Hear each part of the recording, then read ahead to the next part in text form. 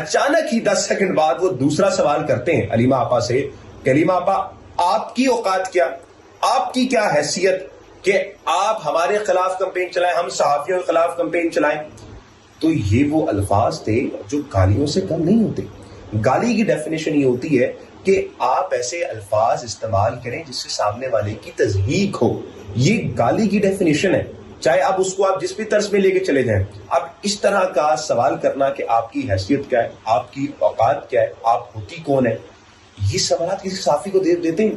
پہلا پوائنٹ آپ نے جو علمی پوائنٹ نمبر 1 ہے، آپ نے یہ نوٹ کرنا ہے کہ پریس ٹاک شروع ہونے سے پہلے ان لوگوں نے بات کی، صحافیوں نے آ کے مین اسٹریم میڈیا کے ہم آپ سے بات کرنا چاہتے ہیں، اس پہ باقاعدہ طور پر علیمہ آپا نے حامی بھری کی ٹھیک ہے ہم آپ کے ساتھ چلنے کے لیے تیار ہیں، جو بھی مسائل ہوں گے اس کو بیٹھ کے ہم حل کریں گے.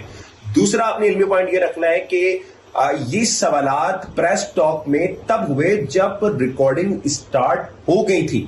مطلب کہ بسم اللہ الرحمن الرحیم علیمہ آپا پڑھ چکی تھی، تمام مین اسٹریم میڈیا کے جو جرنلسٹ تھے وہ اپنے کیمرے کی ریکارڈنگ آن کر چکے تھے، براڈ کاسٹ چل چکا تھا اور اس وقت یہ سوال کیا گیا. اگر تو انہوں نے پریس ٹاک سے پہلے سوال کرنا ہوتا تو یقیناً طور پہ علیمہ آپا جب آ گئی تھی تو اسی وقت سوال کرتے.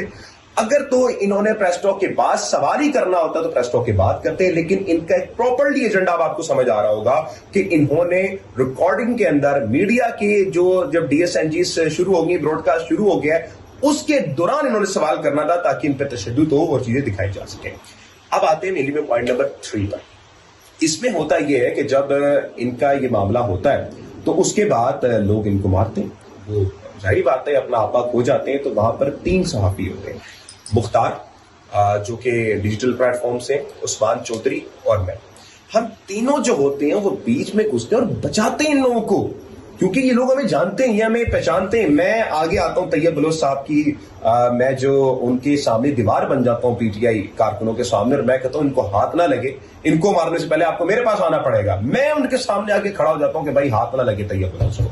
لیکن جانتے ہیں پھر کیا ہوتا ہے؟ طیب بلوچ صاحب کے ساتھ ہی کوئی ان کا ساتھی ہوتا ہے یا ان کے پاس کوئی کھڑا ہوتا ہے، وہ اچانک گھستا ہے میرے اندر، مجھے دھکا دیتا ہے اور کہتا ہے آپ کیوں بچا رہے ہیں ان کو؟